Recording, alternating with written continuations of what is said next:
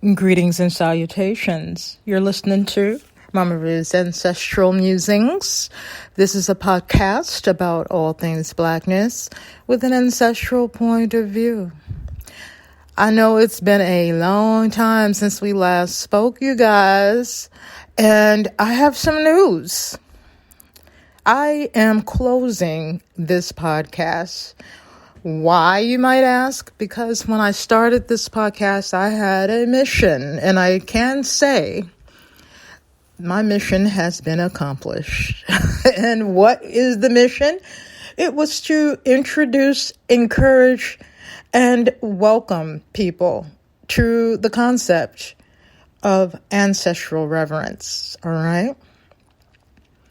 And I can say that I am so proud right now of so many of you and the greater population at large who are making this return to our truth in very, very obvious and just wonderful ways. All right.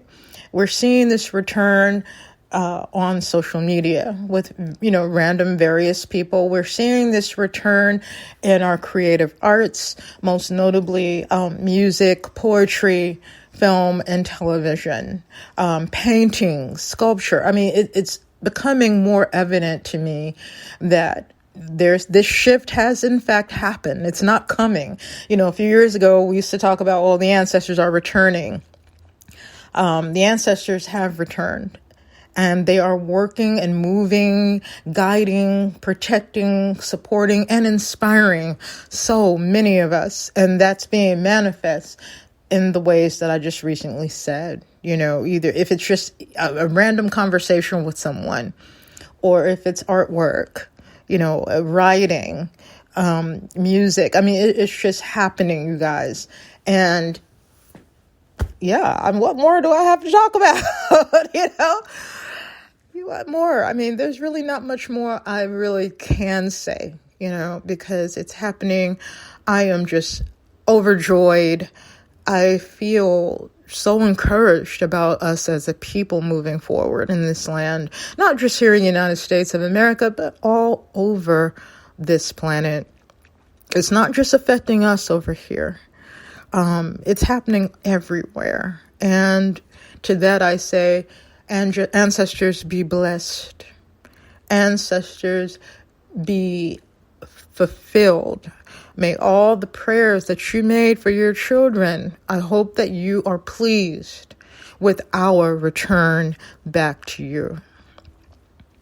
So for these last episodes of Mama Ruth's Ancestral Musings, at this point, I don't know how many there will be. I'm pretty sure there'll be an additional one after this one, because I want to talk about specifically television and movies, but more pointed, I want to talk about the HBO series Lovecraft Country. But before I get into that, I just want to take a moment of silence for Chadwick Boseman.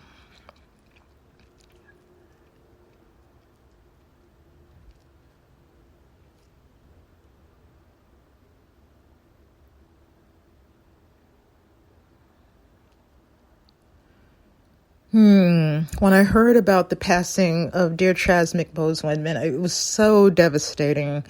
It was hurtful. It was just so sad. And it also made me a little angry. Not so much at Chadwick Boseman, for leaving us. But the fact that he suffered with this disease of colon cancer for 4 years. He'd been battling it for 4 years. And, with my understanding of it, my somewhat decent understanding of that disease, it is very treatable. And people survive colon cancer. It's just that when it isn't caught in time, then you get to the point of no return, meaning, they can offer you treatments, surgeries, whatever, and you will lose that battle because it was caught too late. That is why it is so important that us as Black people, especially those of us who are over 35, more specifically, it's so important that we, start considering our health a little bit better. All right. Especially when it comes to our digestive and excretion organs, right? Our systems. I know that with Black men in particular, they fear those kinds of exams. They don't want anything going up in there, okay? Whether it be a digital rectal exam that will check for polyps and tumors, that deal with prostate, which is another form of cancer that is very treatable, okay? Very treatable. And it just saddens me. I have a family member that we lost to prostate cancer because he never, this older cousin of mine never went to the doctor. And even if he did go, well, nobody coming around his butt, okay? Not at all.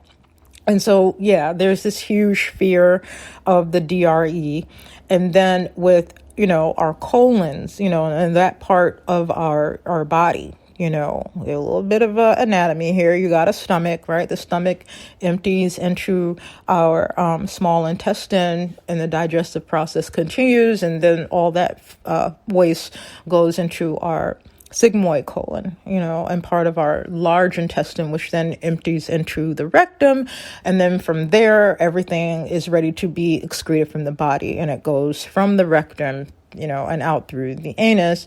And there's just a lot of fear and repulsion for a lot of people, but especially Black men, to have anybody, healthcare professionals, whatever, messing around with that part of their bodies. And so a lot of these tests, like the GREs and colonoscopies, right, and imaging the colon itself, a lot of these things just don't happen. So therefore, any type of early sign of something like a cancer isn't detected. And usually you can get detections that something's going on before you feel any symptoms, before you even feel sick. So a lot of people think, well, why do I need that? Ain't nothing wrong with me. Well, that's the time you need these things, when you don't feel like anything's wrong with you. Okay. It's part of regular care and maintenance for those of us who are at middle age and older. All right. This is like an annual thing that has to be done for the practice of screening for certain types of cancers. So it just makes me so angry that, I don't know this man personally. I don't know his family. I don't know. But given that, he had been dealing with this for as long as he had been, and then it finally took his life, it just makes me feel that maybe he was one of those people that just didn't take that type of exam seriously, didn't think anything was going on until he started feeling symptoms, and then it's too damn late. Okay. But even with that said, I'm grateful to Chadwick Boseman for his talent, for his art, for his work, for being a part of the Black Panther movie project and the other projects dealing with the Avengers.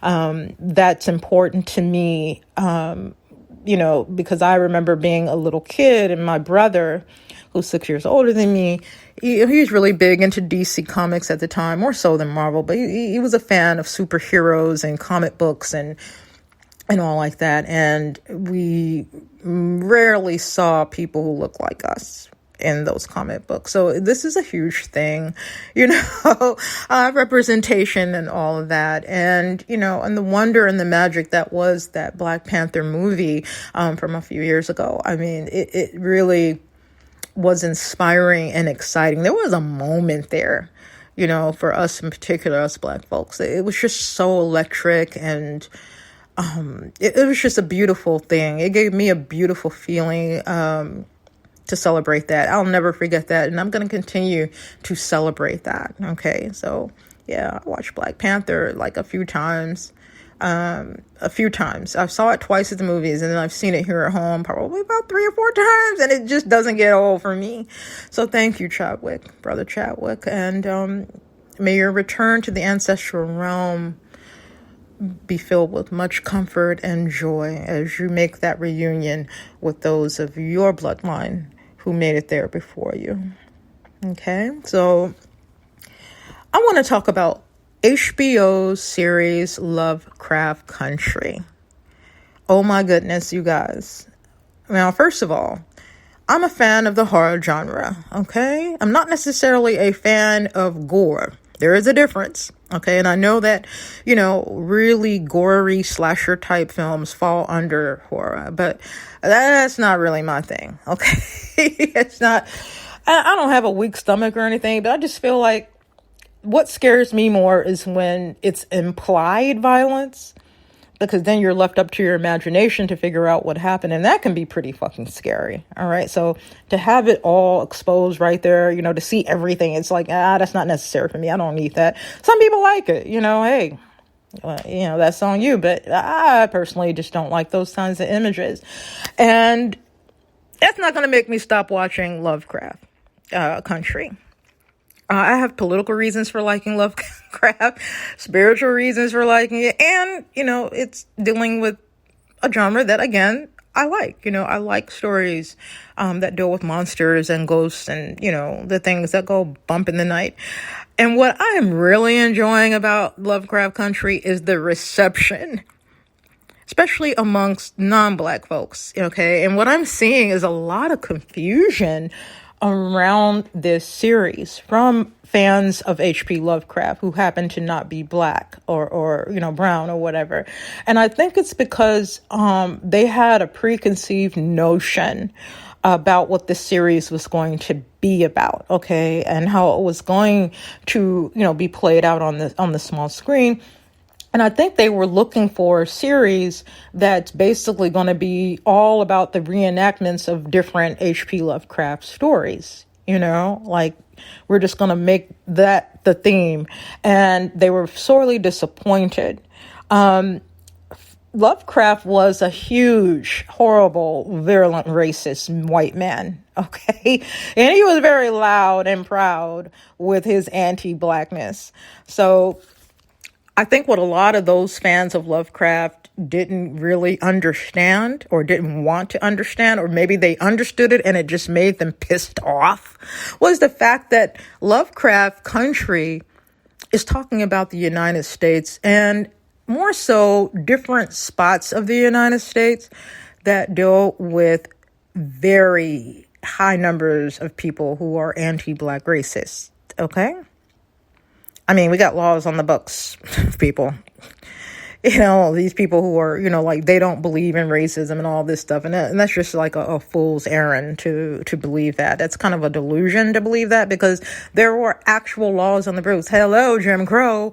And that was the whole point of one of the characters publishing what we know as historically as the Green Book. Okay. Yeah. And they did this whole ass movie on the Green Book. I haven't seen that movie. I read a little bit about the movie and I got annoyed, and I'm like, I'm not saying I never will watch the movie. I'm just not in a space to want to watch that kind of movie right now.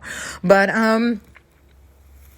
so there's this, part of that is in the story. And as a result of these folks getting the information to put in the Green Book, they have to actually go out and visit these places. They have to experience different levels, of racism. And they're taking huge risks, okay?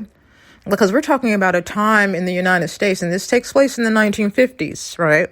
We're talking about a time that still was very, very dangerous for Black people. In a country where, you're free, you should be free to go anywhere and do anything without the threat of death or danger over your head, okay? But that wasn't the reality in 1950s America. You have what they call sundown towns. And what sundown towns are places in, different pockets and hamlets and towns and states across the country where if you were a Black person, you only were in these towns during the daylight hours. As soon as the sun goes down, basically they could murder you or torture you or rape you or, all of the above and pretty much get away with it. Okay? That was law. So Green Book was very important publication for Black people who wanted to get out on the road, either for pleasure, or for business, or to connect with their families. That was a very important book. So I really love that they have that incorporated into the story. Okay, that was brilliant. But what a lot of our people don't understand, a lot of our white folks especially, is that America was a place of horror for us. And that's why the show was called Lovecraft Country. Okay. So in the pilot episode, when our character Atticus refers to Lovecraft Country, he's talking about a place that is very dangerous for Black people because of anti-Blackness from white racists. Okay. So it seems like people would understand that. If you're an American of any racial background, you should understand the history of this country. You should have gotten that reference. It shouldn't be confusing. So I don't know if these critics are willfully ignorant, or they're just in denial. And because they themselves are racist, they don't like anything pointing out to America's horrible, past, because the past is the present, unless you're hiding under a goddamn rock. Okay. So because it throws in this bitter part of American history, that is historical and the truth. All right. That's upsetting to a lot of people, especially racists who don't like being exposed to racism because they're guilty or whatever the case may be. I don't know. But that part. Another reason why I like it so much is because it's a Misha Green project. And I am a fan of Misha Green. And if you don't know who Misha Green is, she is responsible for the Underground series. Yes, that WGN series that was canceled. And they gave all these ridiculous reasons why they couldn't continue with that project. Okay. And then, in trying to pitch it to other companies and networks, everybody was like, oh, it's too expensive. I can't afford it. I'm like, are you fucking kidding me? All these different historical series and movies that are out here. You're trying to tell me that there is no money for making Underground. And they ended it right at a pivotal point in the storyline. They ended it right when Harriet came into the scene, which was just so disappointing. Hopefully, all is not lost and Underground will come back, but I don't know. But, Misha gives us Lovecraft Country. We still get to enjoy the acting talents of Jurnee Smollett. She's a wonderful actress. All of the actors involved in that project are great. Even what's his face, who played the president in what was that show? I think it was Scandal with Kerry Washington, the white guy who plays the president. He plays this very ominous character on Lovecraft Country, and he does a great job. I remember listening to a podcast not long ago for Lovecraft Country. And if you are a fan of the show, you must listen to the accompanying podcast that talks about each episode. Lovecraft Country, available on iTunes. That's where I tune in. And they make mention of the fact that, seeing this man whose name is, Tony somebody. I'm sorry. I don't have the info in front of me, but the actor who played the president in Scandal, he plays this sort of warlock or of sorts in Lovecraft Country. And they were just, talking about how jolted they were to see him playing, this kind of, dangerous, shady, ominous character. But I wasn't surprised at all. I got that same jolt when I was watching him in Scandal because I couldn't get over him being the bad guy in one of my favorite movies, Ghost. He was the bad guy in Ghost. So seeing him playing this nice guy was kind of surprising for me because I still see the bad guy from Ghost, in that character in Scandal. So seeing him play this bad guy in Lovecraft Country, I'm like, yeah, he's right in his element. He's where he's supposed to be because he fits with that whole bad guy persona. Everybody in the cast does a great job. I was a little upset that, Courtney Vance, I'm a fan of Courtney Vance, okay, the actor. And I was just really, so happy to see him in the series. But then, I'm not going to spoil it, but if you've been following the series, then you know what I'm talking about. But can we just talk for a second about an episode that aired, I think, as of the time of this recording, It was 2 episodes ago in the series. It was called Holy Ghost. And that particular episode, whew, man, can we talk about how African spirituality, or more importantly, Black American spirituality or African American spirituality, was showcased in such a wonderful and poignant and powerful way in that episode.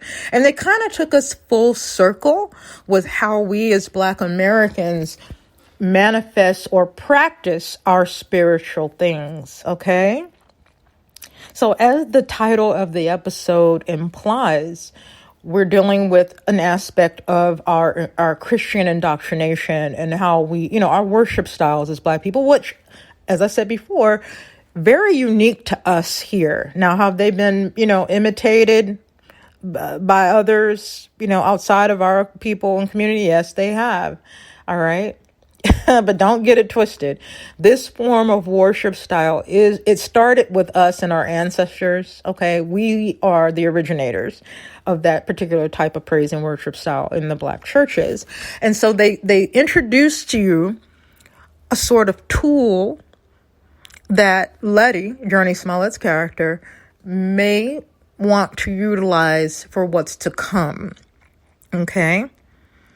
And then they take us to the African spiritual practitioner. And what I thought was really amazing and brilliant about that character is she seemed like a whole amalgam of different traditions and different religions and different paths of African and African American spiritual practice. They didn't just focus on one thing. So like, oh yeah, we're going to paint her as an Orisha devotee. Oh no, we're going to paint her as a voodoo priestess of New Orleans extract. No, we're going to paint her as a mambo from Haitian voodoo.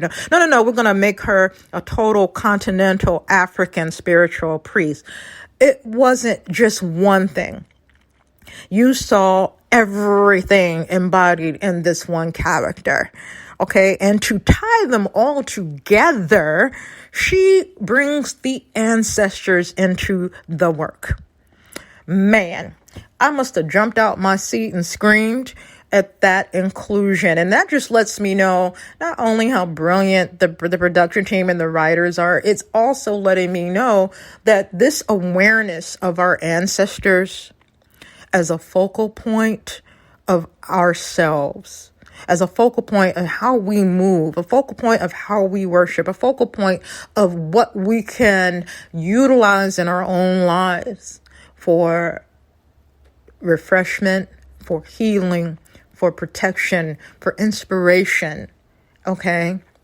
To make bad things on our paths get moved out the way, all right? To bring prosperity and abundance into our lives, to deal with those outside of our lives who may wish to harm us, okay? The ancestors can and do all of those things for us. Now, everybody's got their own ideas and own, perspectives and approaches on how one can facilitate a better relationship with our African and African American ancestors. Okay. Everything isn't for everybody. Okay. There are a lot of people out here who are making it their business to make this practice more complicated than it needs to be. Because Black Americans have always done it. We just didn't call it out and put a spotlight on it like, oh, okay, we're doing this. We have this set up in our home because we're honoring our ancestors and that's our ancestor shrine. No, that did not happen. It was dangerous for Black people to do that. Remember? Okay? We couldn't do all these things in front of them white folks who enslaved our ancestors because they were threatened by it. So they did their damnedest to eradicate all expressions of African worship, praise style, tradition, medicine, honoring the ancestors, honoring the spirits, forces of nature, all of that. They tried their damnedest to eradicate it because they were afraid of it. They didn't want Africans using these tools to plot against them, to destroy them, to, bind them away or do away with them altogether. Okay? And our people did do those things. All right? They did. It's just not talked about in a readily accessible manner. You really got to read All right, you got to read and explore different things. It's like getting all these little puzzle pieces and putting them together to get a clear picture and understanding of the strides that our people took to deal with their bondage and oppression, to deal with racism, to deal with terror, coming from white people at different points in the history of this country. And it's just, again, these things are not limited to Black people in the United States. All diaspora populations utilize some form of African culture in a way to fight against oppression and to secure their liberation. Don't just take my word for it either. You got to do your research. You got to read some things, okay? Watch a documentary. There's a few of them out there. One that I've recommended before, and I'll say it again, is to look at on Amazon Prime Video, The Queen of the African Revolution. We're talking about Dona Kimpa Vita, and I believe the title is Kimpa Vita, Queen of the African Revolution, because there's some very important information in that documentary. It'll help you understand us a little bit better. It'll help you understand different parts of American history that were really kept hidden for a long, long time. Okay, and I've spoken about this before. What's collectively known as the Gullah Wars, for example, those types of things, they made great strides and efforts to hide that information from other enslaved Black people because they didn't want them to be inspired. Okay, they didn't want them revolting. They didn't want them fighting back. They sure as hell didn't want them appealing to the ancestors and divine forces in nature that their African ancestors brought over here with them. They didn't want to have to deal with that because these Africans, these Maroons, okay, and there's a wonderful book that I'm reading now called Maroonage. It deals with the stories and the history of self-liberating Africans, okay, Africans who were brought here to be enslaved and said, hell to the no, we ain't going out like that. And they ran away. That's what the word maroon means. It means a person running away. In this case, a runaway slave. Okay. So there's just an abundance of information that you have access to. Okay. So make it your business to get this information. It is very vital because in order to understand where we're going, we have to know where we've been. Does that make sense? I hope it does. But getting back to Lovecraft Country and that particular episode, Holy Ghost, oh my goodness, man. What I love about the podcast is they had a guest, I believe this was an Afro-Latino brother who came on, and he basically used a little bit of his own personal experiences in the ATRs, that's African Traditional Religions, for those of you who might not know what that means. And he used his own experiences to validate and to justify why ancestral reverence is so important. Okay. And I'm not going to spoil it for you. Just go listen to the Lovecraft Country podcast episode about Holy Ghost and you'll understand. Okay. Because it's a wonderful episode. But the fact that ancestral reverence has become, for lack of a better term, mainstreamed. Okay. It just lets me know that my work here is done, like I said before. And now we just got to move. We got to just move the way that our spirits need us to move. And it is happening in so many beautiful, wonderful, and very important ways. Shout out to each and every one of you who are allowing yourselves to be moved. You're allowing yourselves to be reintroduced to things that were so important to us in our communities, that were lost a long time, okay? Lost among the generations. So many Black women, young Black women, are returning to our granny midwife practice. Okay, we're returning to the birth doula and death doula practices. All are very important practices in our community. A lot of us are honing our gifts as prophets and seers and diviners. A lot of us are honing our gifts as root doctors and studying herbs and herbal medicine and naturopathy. A lot of us are honing our gifts at working with the spirits of the dead. And that's our practice of conjure and conjuration, which is another point I'd like to make, was exhibited in that episode Holy Ghost of Lovecraft Country. And they did it so well. They did it so well. It's like the things that I talk about when I talk about conjurer and conjurations and conjurers, okay? Because there's this wide misconception that a conjurer is just somebody that does root work. No. Everybody wants to flock to the white man's definition of what conjure means, and that's fine and good for you.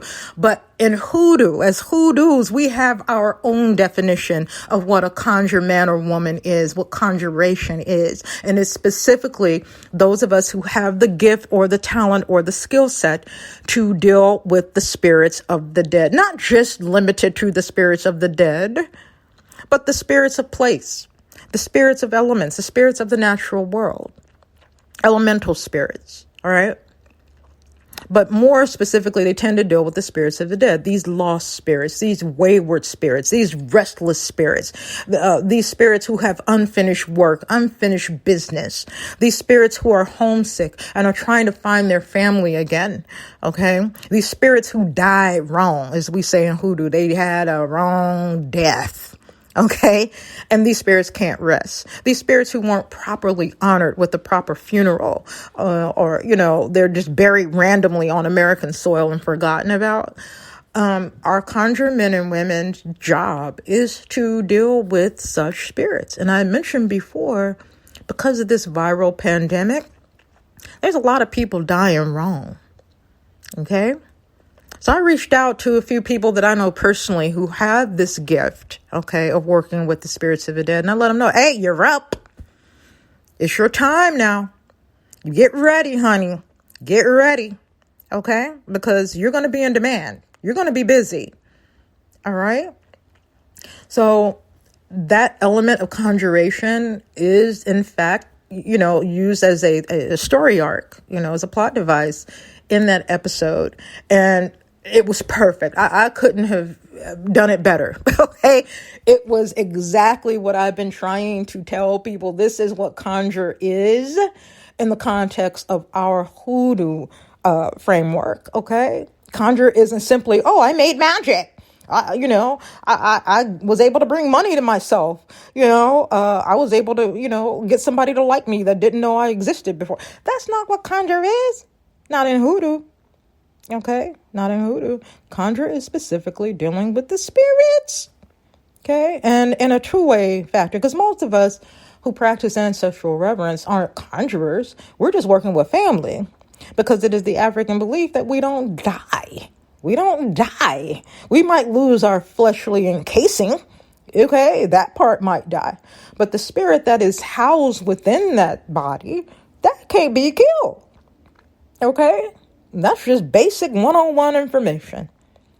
And the white folks who enslaved our enslaved Africans, okay, our African ancestors, I should say, the white folks who enslaved our African ancestors, they didn't have any concept of that. So they just thought, let me eradicate all these African things that they're doing because they scare us, and we're good to go. But they could never kill what couldn't die. And that's why remnants of traditional African spiritual practices and, African healing modalities and all these things have stayed pretty much consistent, even in their fragmented state throughout the generation. Now, there's this misconception that our religious Black brothers and sisters, parents, grandparents, family members are cut off from this, and nothing could be farther from the truth. Because in order to survive, we had to take it into the churches. Okay. Now, what has happened over time? Has indoctrination been real? Yes. Yes, it has. Because I've interfaced with certain Christians, friends and family, who are so far gone with the indoctrination that they look at things that are actually in the Bible itself as voodoo and hoodoo and witchcraft, so they don't mess with it. Okay. Like burning incense, for example. They think that's witchcraft, even though frankincense and myrrh was given to baby Jesus when he was born by the three kings, okay? And, and in the Catholic religion, incense is a huge part of Catholic religious practice. So, yeah, you got some people that are just really overboard with this thing, using blessed oil. That is kind of more common for us as Black folks who, have been in church or grew up in church, the blessed holy oil. But then you have other Black Christians who are like, no, we don't fuck with that oil because that's witchcraft. So yeah, you do have those people. And the washing of the feet, we've always seen that as spiritual bathing. But then you have those Christians that even look at that as, oh, well, that's witchcraft, because they have this awareness that working with the oil, burning incense, and using spiritual baths are, in fact, a part of hoodoo spiritual practice. And they want to divorce themselves from that because they want to appease the white man, right? Let's just call it what the fuck it is. The white gaze is a powerful thing for a lot of our people.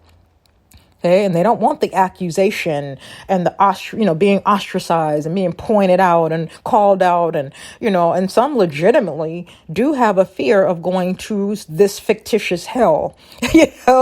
They really do believe if they do certain things, they're not gonna go to heaven. What can you do? I say leading people alone. Okay. I know a lot of people like to get into arguments and debates with it ain't going to serve nobody well. Okay. You can't tell nobody nothing. Once they've made up their mind that this is what's beneficial for them, even though we can see that as a whole, it hasn't helped our people not much. Okay. Leave them alone. Use that energy instead to work with your own ancestors. Okay. To work with yourself, to ask for the unknown to be known to you, to guide you in your own research. Okay? Don't just rely on what I say or what other elders say or your friends or whoever you know. Yeah, not everybody's going to steer you wrong, right? But you must develop a strong relationship with your own ancestral court to be steered right. Okay, it's a very tricky thing to be taught by someone else how to do something for you when that person hasn't done the due diligence to research what you got flowing through your veins, because not everything is for everybody. Okay? I know that people who are initiated into Catholicism based ATRs, such as voodoo, such as some aspects of Lukumi, Santeria more specifically, and others. They tend to, I've heard people deny that this was the case, but honey, please, you cannot deny that Catholicism has shaped those practices to the point where you're not supposed to have an ancestral space in your own bedroom, or you're not supposed to, create an ancestral table without a white cloth and, all this and that. But most of us here in this country are Protestant leaning Christians. So all that Catholic stuff isn't going to really jive with us. Now, if you happen to be a Catholic or come from a family of Catholics, then this doesn't apply to you. All right. But the whole thing about, you can't be in your birthday suit around your ancestors. You can't be sexual around your ancestors. That is a bunch of bullshit. Because if we look at the history of African people, where our ancestors came from, they often lived in one-room types of dwellings. There were no walls. You know what I'm saying? And so nothing was hidden because there was nothing to be ashamed of. Okay, this is the cycle of life shit. There's no shame attached to cycle of life situations and actions. All right? Everybody knew what that was, and it wasn't shameful. Okay? Only in Eurocentric Western religious views are natural things associated with shame. Okay? So if we're going to get back to the truth, let's go all the way back to the damn truth. All right? Let's do that. So no, we're talking about, us coming from a people that kept their dead close to them. All right. They kept the bones sometimes in the house, buried under the house or in the backyard, where they kept their burial spots in their groves for their family members. All right. This is a European notion to divorce yourself from your dead family members and have them as far away as possible. Far, far away as possible. So far that some family members just don't visit the dead because it's too much of a burden. Okay. We ain't got enough gas money to be going all the way out there.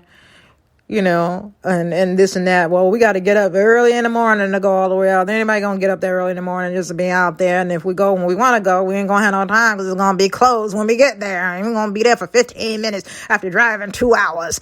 So it's a burden. And that burden to me, in my opinion, was intentional. Okay? Because that is a way to divorce us from the dead, from our dead. All right? And that's not something that our ancestors did or know. All right. They had to learn that over here. All right. So that whole, notion you can't do this and you can't do that. You must consider the source. Consider the source. Who's telling you this and where are they getting their information from? Right. So yeah, we've grown up seeing, the ancestral shrine, even though our elders did not call it an ancestral shrine. We've seen the elders who make trips out to the final resting places of loved ones and how they get down there and, the kind of what weird things they do, sitting there having conversations, pouring out tea and coffee, and putting items other than flowers, right? Anything other than flowers, people write off as weird, kooky, strange, eccentric, or whatever the case may be.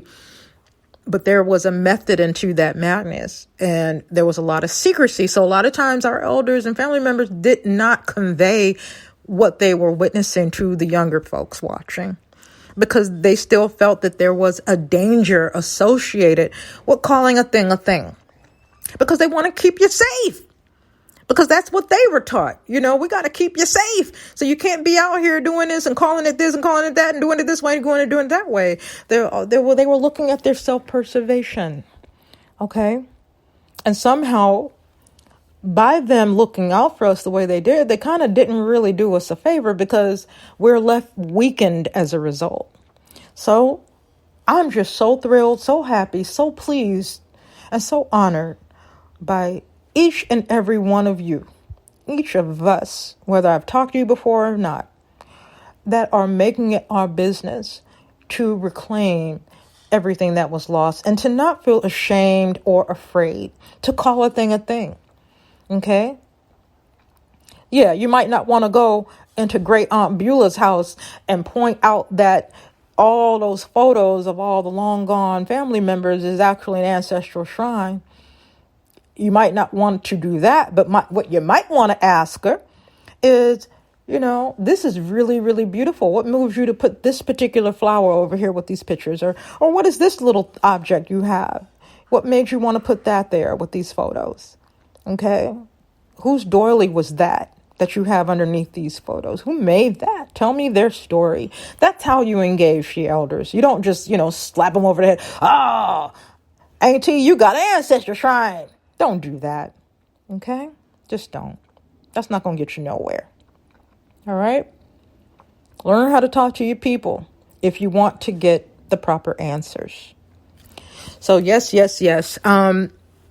Lovecraft Country, to the creators and the writers and producers, man, I salute y'all. Y'all are doing a damn thing. Like I said, some of the gore is a little too much for me. Okay, like that last episode, Strange Case. Jesus, I had to watch the episode with my hands over my eyes. In a few moments of that one, it was kind of hardcore. But I'm still glad that it's here.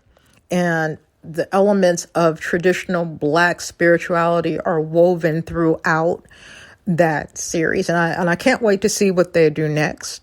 So that's all I have for you today. Someone made mention of the fact that they can't find me on social media, and you're right. I am taking a social media break. Okay. So if you want to get in touch with me, the best way to do that is to send me an email, contact@mamaru.com. Send an email and I'll get back to you as soon as I can. So for now, I'm going to love you and leave you. And once again, I am nearing the closing of Mama Ru's Ancestral Musings on this here Spreaker app. I think I'll come back for 1 or 2 more episodes after this one. So look out for those. When will those be? Your guess is as good as mine. Okay, but I will be back. All right. So take care, everyone.